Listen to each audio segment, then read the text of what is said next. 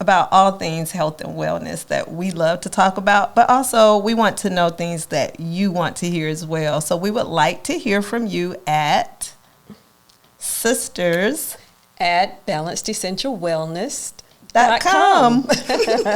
And that is balanced with a D. Very good.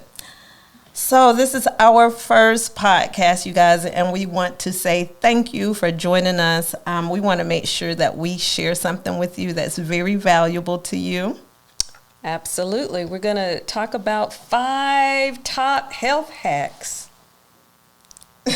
for press and reset. Right. And why are we talking about press and reset? So in this health and wellness journey, we've discovered there are some things that help you become healthier, yes, and feel better, look good and feel good.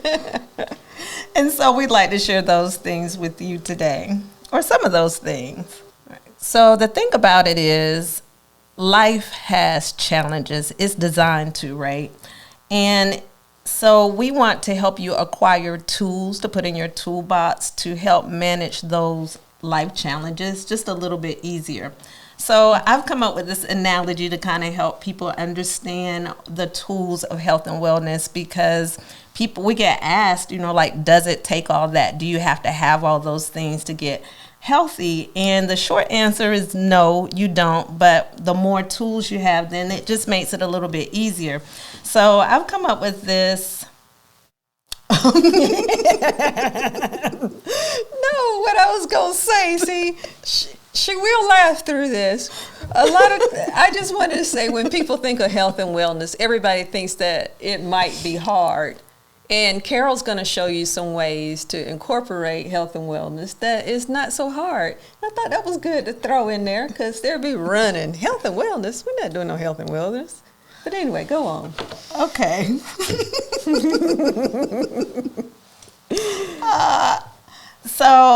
Okay, let's think about it for a second. If you were hungry and you wanted to eat, right, and your main goal was just to get something to eat, and the food that is being served is soup, right? So if I just dump the soup on the table, would you be able to eat it? No, I'd probably be right, but get it up. It would be difficult. It would be difficult, right? Mm-hmm. But you could get some of the soup in. Yes. But if I gave you the tool of a bowl, would that make the soup eating the soup easier if it was in a bowl? Yes, it would gather everything up. And then if I added a spoon, well, I would be in etiquette and eating well. And then a napkin. So the more tools that we add, then it just makes it easier then for you to eat that soup. And that's the same thing in health and wellness. We like to use tools that we stack one on top of the other that make health and wellness a little bit easier, so that it does become second nature. And then in that same analogy, we talked about eating the soup, right? But once you take care of the tools and actually making that easier, then you can actually concentrate on what you're putting in the soup. And then it becomes about the taste and making that experience better. And that's kind of like, I think, what we like to do with health and wellness. We like to make it easier, and then we like to add things with it to make it actually an enjoyable experience. Would you agree? I would definitely agree. Would you say that you come in a flat mess and then you get it all together, health, and then you add a few tools and it starts tasting better, feeling better, and you're off and going? Definitely. That is exactly how I feel. And I don't know if you guys know this, but I used to be a teacher, so I like to use a lot of metaphors and analogies. But even like with brushing your teeth, right? Everyone brushes their teeth, I hope. But at some point when you were learning, somebody had to help you with that, right? Probably the first several times you did it. And then eventually it became just second nature to you. And learning new life skills is somewhat the same way. Initially, it may be difficult. You need some support, and that's what Carla and I do. We support people on their health and wellness journey. And we support you in a way till it just basically becomes second nature for you. Would you agree? I would definitely agree. All right. Sister, unless she hits me with that ruler that she used to be that teacher with, but we'll get to that later. That's a terrible thing. I never hit any students Well, when I was Take little, that I used part to get hit. We used to get hit, but I never hit anyone when I was a teacher. Let's just make sure we had Well, I that feel part. that way sometimes. You hit me, but okay. Oh, We I digress. was that Okay. wasn't that. Okay. That All wasn't right. the signal. Okay, so each time Carla and I get together, we love to share life hacks from the beginner health, or for the person who's just beginning their health and wellness journey, all the way to the more advanced, right? And sometimes people have frequently asked questions, and sometimes they have what we call fearfully asked questions. Yes. So we're gonna be covering both of those on our shows. We want to make sure we answer your questions. So again, if you didn't get that before, that's sisters at Balanced Essential Wellness for your questions. You can email us there. And so we're going to start with one of our most fearfully asked questions. And this question, actually, if you go to the internet right now, it's the number one asked question. And so we want to share some hacks around answering that question. And the number one asked question is, what can I do about anxious feelings or anxiety? That's the number one question that people are asking. And so what we hope to do in this show is just give some suggestions on how to address that. There's this amazing statistic that we love, and that statistic says that if you just do 1%, one thing to improve your health over a time, then it can actually add about 165 days to your life. And so what that means for us is we're going to be talking about so many things, you guys, that's going to help you with your health and wellness. If you just decide to follow 2 of those consistently, just 2 out of the thousands, hundreds that we're going to mention, you can almost add a year and a half to your life expectancy. Yeah. So that's how serious this health and wellness thing is for us, right? Right. So even though we joke around, laugh, because health can be fun, it's very serious. Who wouldn't like to have extra years added onto their life? And I say years because as you get healthier, you're adding more and more, and we're going to teach you how to stack that so it's just seamless and hopefully easy. Not everything's easy, but we at least you'll know the tools. Right. So let's get started with the tools. So would you say when you talk about health and wellness and even about anxious feelings, if you're talking about getting healthier, most people automatically go to 2 things. What would you say those 2 things are that people think about when they think about getting healthier? Healthier? Yeah, the 2 things that people mostly think about. They think about food, and that is nasty. Yes, what they think about eating healthier food, and they might not like it, and they also think about doing more what? Exercise. More exercise. So that's commonly what we hear the most.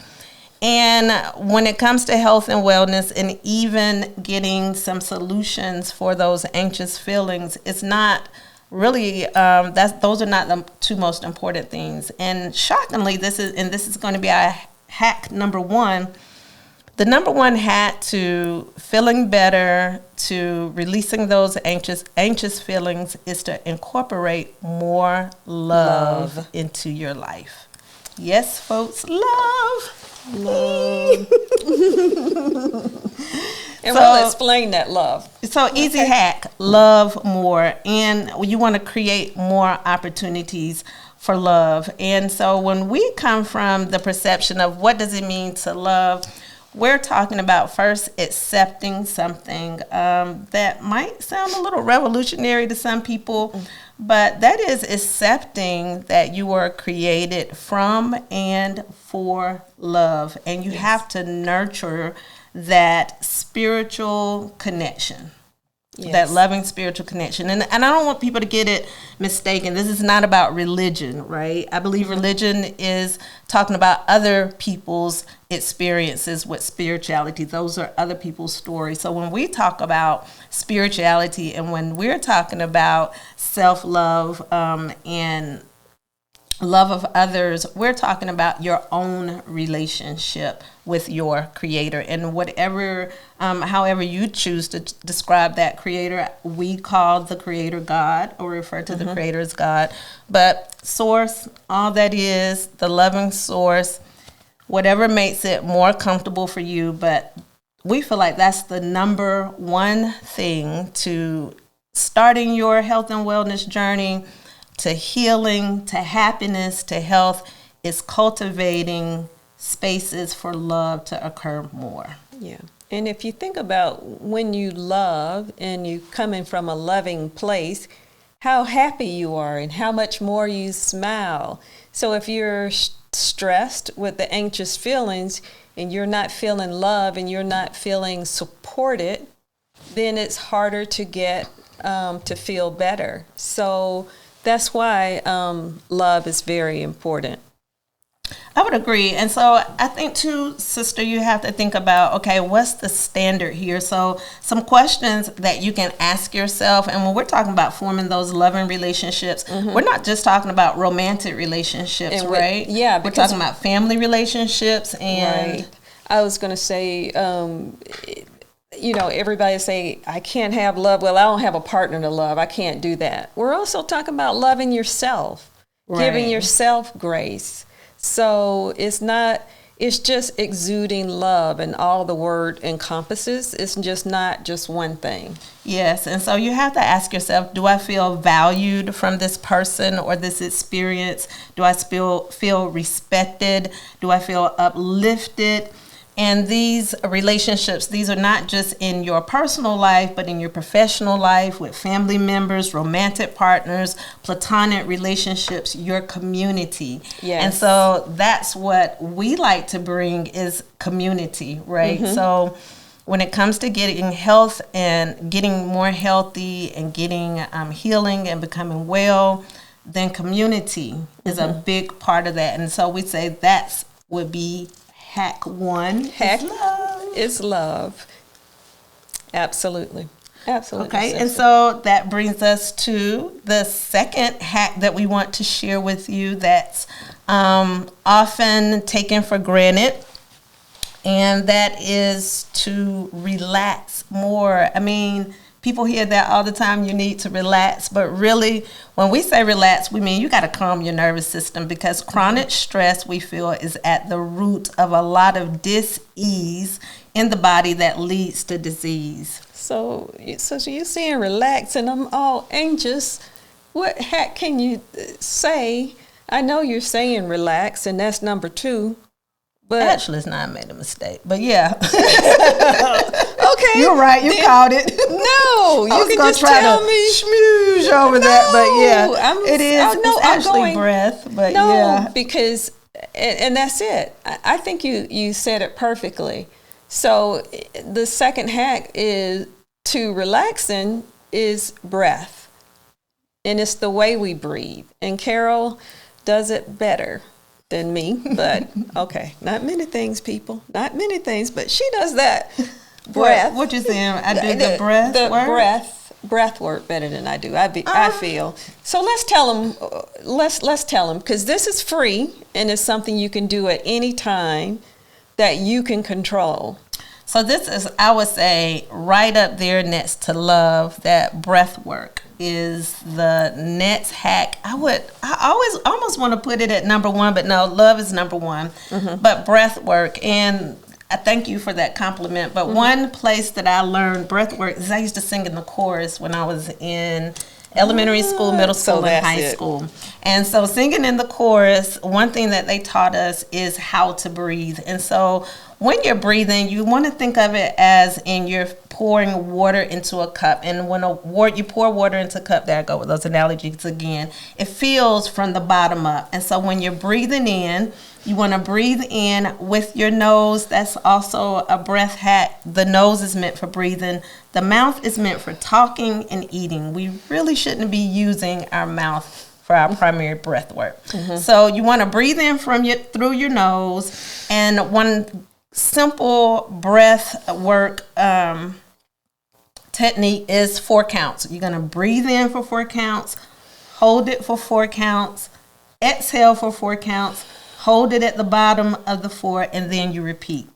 And this is one of the number one ways to release anxious feelings, is to take over the job of breathing for the body. So y'all want to try it with us just to see how it goes? Okay, so this is how it works. You want to put your hand over your stomach so that you can feel your stomach expand. And you want to breathe in with your nose, and you want to kind of picture that air going down into the bottom of your stomach and filling up at the bottom and then up. Another quick technique, if you feel your shoulders rising, then you're not breathing from the bottom where your diaphragm is. So we're going to try this, right? In for 4. I'm going to count. You breathe in, and I'm going to tell you when to hold, okay? So you're going to do it. Ready? Breathe in. Inhale, I guess. 1, 2, 3, 4. Hold it. 2, 3, 4. Exhale. 2, 3, 4. Hold it. 2, 3, 4. And that would be considered 1 round. So Carol actually knows, okay, I grew up, we were holding our stomach in because a flat belly was in. And so when I first started breathing, it was actually kind of hard for me to do it. But it's very important for that stomach to go out and kind of make like a bowl. I'll say it's not that hard now. It's not that hard. But anyway, to make it into a bowl and bring, as Carol was saying, bring the breath all the way down. And then because I was always chronically tense, I used to always raise my shoulders. And so Carol told me, don't raise your shoulders. But even if you don't remember all of this, it's one of the things that we do teach in our program. And we go over many different types of breathing steps. What I want you to take away, is if you're anxious, if you're tense, if you just stop and breathe, even if it's is better than holding it in. And I normally just kind of hold it in. You can see some people are tense and they're going like this, but it's just to start breathing. So you can access breath work at any time and learn more techniques that we're more than happy to teach you. I think what you said is very important, the accessibility of it. And how important is breath work, right? So our favorite book is called Breath by James Nestor. I was like, is it breath or is it breathe? Is it breath or breathe? Well, let's just by say James Nestor. I think it's and breathe, what I love about this book is not only its in-depth description of breath work, but it really talks about the history of breath work and how breath work was talked about historically in religious texts, and some of the earliest writings that there are talks about breath work. Talk about breath work. Breath work is talked about in religious texts, historically and culturally across many cultures. One of the my favorite stories in the book that James Nestor shares is that in some Native American tribes, it was a person's job or responsibility to stand over the baby and watch the baby while they slept, and to make sure that the baby's mouth stayed closed so that they only used their nose for breathing. And so this tribe, they had very stoic expressions because they rarely smiled or opened their mouth, but they didn't have any dental problems. They were very strong. They didn't have any immunity problems. They were very healthy people. And unfortunately, they did not start to have problems until they had visitors who started observing what they were doing to be so healthy. But that's just one of the very interesting stories about breath work, because it's believed in a lot of cultures that when the breath leaves the body, that we actually lose some of our life force. Yeah. And I would like to say one sub hack, that if you don't read a lot and you're like, Carol, I can't read, I'm too anxious to read, Carol has another hack for you, and that is to listen to it on tape, on Audible. We live in Atlanta, and that Atlanta traffic can be rough. So one way we love to get through the traffic and just make use of that downtime is to listen to some books on tape. And this one really lends itself well to listening to it, maybe a little bit too well, because it can be relaxing. Carol slept on the book. Okay, we gotta stop. We gotta tell the story. Carol, I said, Carol, you didn't finish the book, and she was like, "How you know?" And then we go a little few more weeks. I said, Carol, you didn't finish the book. She was like, "How you know?" I said, that was because right at the end of the tape, I mean, listening to it on Audible, it gives another breathing technique. So I knew she didn't get there because she wasn't talking about it. But it's very relaxing, so you can listen to it. And if you're asleep like halfway through, that is okay. That's up for debate. Why? Because we have a controversy about what's the most ideal breathing technique. We won't go into it on this episode, but Carla says it's one thing. I say it's another thing. We both say go read the book because he tells you what the most ideal breath technique is in there, although Carla says it's not the one that I say. No, well, he does say it. I love it. See, it's this is our balanced part. In and 5.5 breaths out. Okay, I said it, but Carla doesn't believe it. Cut that part out. No, don't cut it out. Don't cut it out. We'll leave that in. I think our biggest thing that we bring to our audience is balanced. We try to give, one thing is not good for everybody, and it's one of our core things that we believe in, is that each person is an individual, and we believe in bio-individuality. So what's good for me may not be good for Carol, although I'm going to beat it into her. And what's good for you right now may not be good for you later. And so just like, and bio-individuality, that's a huge word, but it's a fancy word to just describe what we just said. What works for somebody else might be poison to another person, and what worked for you at one point in your life may not work for you at another point in your life. And I think this is illustrated to us so beautifully in that we each have a very distinct fingerprint. So that tells us, I mean, if our Creator made us so distinct with an individualized fingerprint, then there has to be other individuality in the body.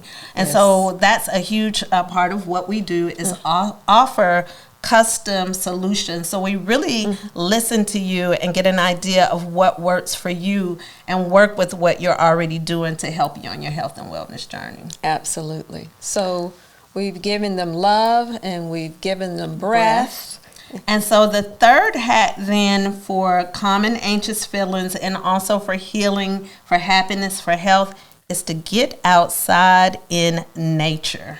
You mean I got to go outside too? You got to go outside too. We got to go outside. Okay. So let's dig into it. So in the news, because I want to be able to bring some current events into here, right? So in the news, I was looking at what they were saying about anxiety and depression, right? And I saw this study, and the placebo, that's when they give you the fake drug. Like they don't tell you it's not the real drug, but they give you the drug. You don't know, and then they measure about how well or not well you feel from taking that placebo.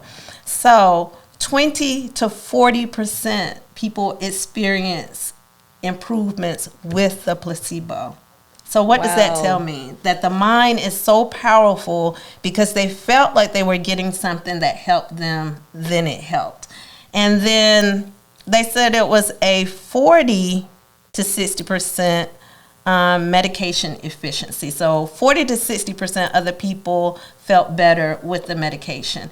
And that does seem like a lot, but when you consider 40% of the people felt better without it and 40% of the people felt better with it, then it really starts to bring to mind, and we're not suggesting in any way that anybody not take their medication. Let me be clear. We're not saying that at all. No. But what we are saying is whether you're taking medication or not, if you get out in nature, because the sunshine and the ground are natural medicine, that it will improve your mood. So there are studies, and they're all over the internet, that show that being out in the sunshine for about 10 minutes at a time, and with your feet on the ground, either on the soil or on the sand in a body of water. You don't want to be on asphalt. You don't want to have on shoes, especially rubber sole shoes. I was going to say, because we walk around all the time, but we're not grounded. And the reason we're not grounded is because our actual feet, flesh on the ground, doesn't hit the ground. So one of the stories that we like to tell is like the beach. Everybody says, oh, I went to the beach and I was so happy. And they don't realize it's because they're out walking on the sand and it's the ocean. And I'll get technical on you in a minute to tell you about the negative ions and everything else I want to tell you about. But anyway, your feet on the ground and in the ocean really grounds you, and it makes you feel better. So, and that's accessible. Everybody can go outside, and not everybody may want to put their feet on the ground, and they do have grounding mats. We talk about that in our program. But just getting out in nature, relaxing, breathing, and sunshine. Even if you can get out there for just a few minutes, the change in temperature actually shows to calm anxious feelings. And so even if you can't get outside, if you can alter your body temperature in some way by going into a cool room, or even literally opening the freezer and sticking your head in the freezer for a few minutes just to feel the difference of the temperature, that calms anxious feelings. But when I think about my third grade teacher and her saying energy comes from the sun, and so if you have low energy, your number one spot to go should be to the sun. I mean, we see what the sun is able to do for the plants, right? So most of us live a lifestyle where we rarely get sunlight. A lot of us go to work in the morning before the sun is out. By the time we get home, the sun is already down. We spend a lot of time inside. So sunlight is a very underrated, underestimated remedy. And then when we think about the ground, we know that in order for electricity to be used in our houses, it has to be grounded, right? Grounded. And because we're electrical beings, I mean, let your heart stop. What do they say? Clear before they get the paddles, because we are electrical beings. Yeah. So in order to feel grounded, because anxious energy is just ungrounded energy. Anxious feelings are just like worrying, it's frantic, it's uncomfortable. So you have to ground that energy. And just by literally placing your feet on the soil, you begin to ground your energy. You can look on YouTube. There's a video called Earthing that's phenomenal for sharing some of this information. They show the studies. They show where the baby was crying, and when the mother went outside and stood on the ground, that the baby actually calmed down. Mm-hmm. So it's some great information out there about getting out in nature. Yeah, and out in nature, you're also, say you're not at the beach, but if you're in the forest, there's forest bathing. Yes. That gives you a lot of natural, I want to call them oils, things that you're smelling in, and it's calming your body. So it's really important to get grounded. I mean, we laugh and we talk about it, and it's free and accessible, but I would just say there are people and there are tribes that when they're outside, one of the reasons they're doing so well is because their feet are on the ground. And our plastic soles on our shoes, plastic and rubber, it took us away from that. So we still need to get grounded. And if you don't believe me, in the wintertime, when you're walking around and you're going like this and you go, I wish we could do that right now. I really wish I could go shock me. Shock her. Hey, we might be able to try it. No, okay. On with the show. All right, Carol. Yep. Exactly. I agree. Okay. And so we're talking about how to mitigate, those anxious feelings. So we're talking about having more love, making sure you relax by taking the breath work, getting out in nature. And so that leads us to hack number 4. And it's, again, something easy, something accessible, but something that a lot of people struggle with, and that's getting enough sleep at night. Enough sleep. if I'm anxious, it's been hard for me to sleep. And it's that cycle, right? So you get anxious. Being anxious affects your sleep. Not getting enough sleep and being sleep deprived actually adds to those anxious feelings. So you definitely want to do some nighttime routines. And I think for the parents out there, our kids are grown now, but I didn't do that well with nighttime routines with my kids, and so that even makes it difficult. But I admire the parents that were able to get their kids on a nighttime routine. But that's a lot of what we need as adults. We need a nighttime routine. And we talk about a lot of that in our program, because sometimes it takes more than one hack or sub hack in this case to dial in that sleep. But there's many different things you can do, and because we're all individual, it might take a lot of different things. And so what comes to mind is like cutting off our social media. So do you want to tell them about the 3, 2, 1? Yeah, I will. Okay. So a good nighttime routine hack is 3, 2, 1. 3 hours before bed, you want to cut off your food and alcohol if you consume alcohol in the evening. Number 2, you want to cut off all your liquids, all your water. And then 1 hour before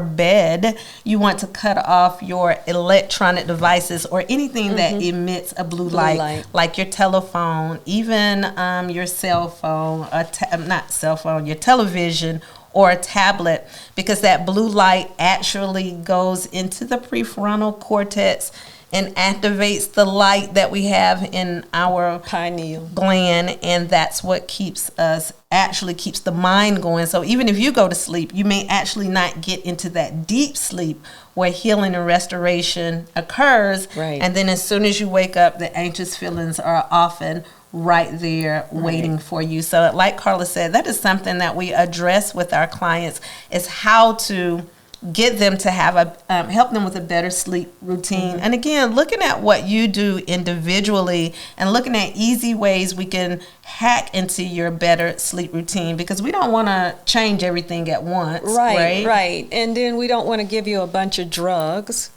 We want to just do things you can naturally do, or it could just even do with your bath and having something relaxing. Yes. In your bath, or just taking a bath, you're warm, and then lowering the temperature in your room so it's colder. Yes. So you take that warm bath, you hit those cool, crisp sheets. All those are clues in the brain. It's time to get ready for bed. And even brushing your teeth at night is sends a signal to the body that no more food is coming in. And so it actually allows that part of the brain to settle in. So if you established a nighttime routine where you're basically brushing your teeth every night at the same time and you're not eating anything after that, it actually eventually your body will learn a signal that it's time to start the digestion process of what's already in there, because they know, your body knows it's nothing else coming in. Right. So I think that just means what our mission is give the body, given the right opportunity to heal, is remarkable at healing itself. Right. And you don't have to worry about getting it right.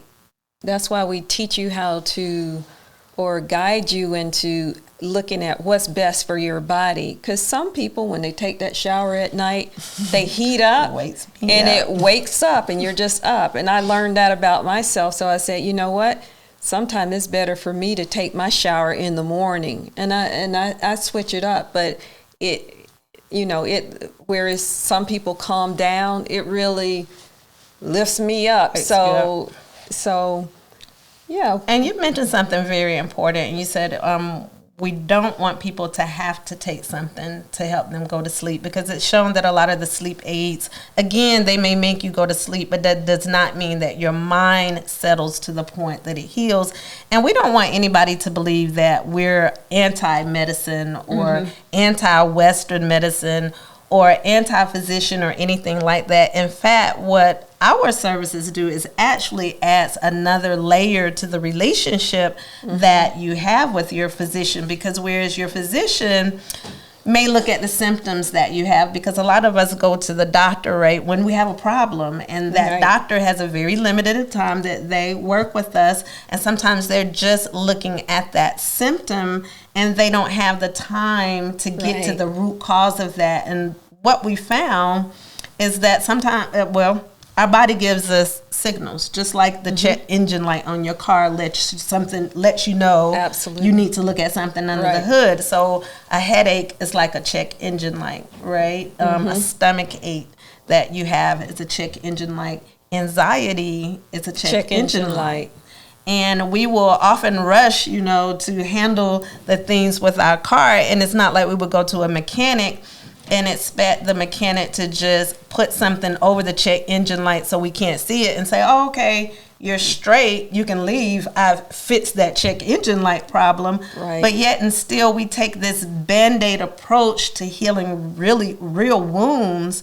And we're just saying, we're no longer going to take that approach. We are going to disrupt that approach and actually bring a more holistic approach to healing and health and happiness, where we look at the root cause, right? Yeah. We're looking at the total body. We're looking at your lifestyle. We're looking at what you believe. We're looking at what you're thinking about. We're looking at what you're feeling, and then what actions you're taking. Right. And so that's what that holistic piece is about. We look at you from a holistic place and then look at what symptoms you're having. Yeah. And that's also about listening to your body and knowing what you need and how to get it. Absolutely, because if you're hiding it, you're only burying those symptoms, and it stays. The body knows. The body knows. You can't hide from yourself. So we're no longer covering up symptoms.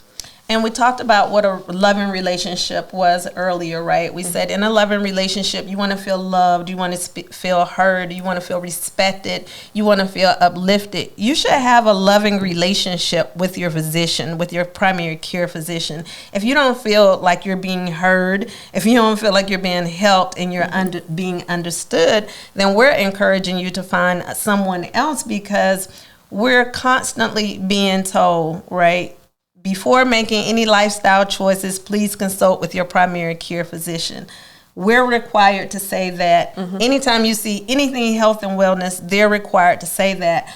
And yes, you should consult with your primary care physician, but that messaging sends a message that your primary care physician knows more about you than you do. Right. And so that's what we want to disrupt, is that you know more about you and your body than someone that you see maybe yearly or twice a year, or in some cases every 3 years, for a few minutes at a time. Right. So that's why we are so passionate about this health and wellness journey, and making sure that you have those tools in your toolbox, so that when life challenges come, you have something to resort to help you manage that process even better. Right. And it's not about us telling you exactly what to do, but it's about us guiding you through that process, so you start to recognize the clues and say, okay, well, this is best for me. So that's it. And how much time? All right. So that leads us to our fifth hack that we would like to share with you tonight. And this is one of the health and wellness products that we share, and it's a big part of our program, our business, and what we do. And it's the third thing that we want to, I guess it's the fifth hack, but in addition to breathing and getting out in nature, something that's really effective at helping you to manage those anxious feelings are essential oils. And so when it comes to essential oils, we're not balanced essential wellness for no reason. Essential oils was literally the product that was like the oil on my squeaky wheel. If you haven't heard our stories, I say that Carla was the sister, the family member that was all into health and wellness. You know, the one you run from on holidays because you don't want them to see what you're eating. Just kidding. But Carla was on her health and wellness path for a while. And I say that I was riding the Hot Mess Express as a full-time passenger, and my sister saved me. Oh. And it was her love that saved me. And it was a very soft love that that provided me that space for healing. And that's what we like to bring to our clients now. But as soon into beginning my health and wellness journey, Carla introduced me to essential oils. And essential oils was literally the oil that got my wheel moving. And once I started using the essential oils to support me in my physical health, I started learning about the benefits of the emotional health. And things really began to get better for me. I experienced a lot of improvements in my life, to the point that essential oils just have opened up just a whole new area in life. And so we're very passionate about sharing about essential oils and other health and wellness products. And we would like to invite you to our next virtual essential oil wellness class. You should be able to find that information at the bottom of the screen. Yes. And it's important that we spend some time on it, because it's not just by chance we're saying essential oils, because it's not just any essential oil. We're saying old world technology of just the plant, the leaves, the roots, the bark, just the essence of the plants only. No added fillers. Pure. Just pure essential oils. And those oils in nature is what help heal other plants. It's what heals animals, and actually it allows our bodies to also heal itself. So we'll talk more about that. Definitely. So what we'll be sharing is more about essential oils, what they are, how to safely use them, and we'll be sharing more about our personal stories and how the essential oils have helped us. So you want to make sure that you register for our virtual essential oil class so you can get that information. And that will be below. And we don't want you to just rush out and get any until we can give you some background on what you should get, what type, where. And it's not a sale. It is really about you and helping guide you to the right But we do product. want to sell you some. We want to sell them some? Yes, we do sell them. We sell them. Okay, just but I make want that them clear. to hear the information. Most definitely. We would share this information anyway, but we want you to know, again, what you're doing and why you're doing it and why it's important. Because I could say, I'm gonna listen to them. I'll get the answer, and I'm gonna use these oils that I got over here from the dollar store. Well, we'll make sure that you're educated, that you're making the best decisions, which ones to choose for purity and efficacy, so that they do the things that we know that they should do. Are you handing me? No, I'm not handing you. Carol's wiggling under the table, and I'm going, girl, they can see your feet. Maybe not. Well, good thing that was cut out by a wonderful videographer, but I was stopping her from wiggling under the table. So, thank you guys for joining us on our very first podcast. If you made it this far in the show, we have a very special gift for you. So please let us know what you think about us down in the comments. Make sure you share this video. Reach out to us at Sisters at Balanced Essential Wellness, and we have a very special gift for you. Absolutely. So thank you, everyone. And we like to end our presentations this way. Seriously, guys, we want you to know that you are loved. You are not alone, and it is our wish for you to be well. Be well. Thank you, everybody. Bye. Goodbye.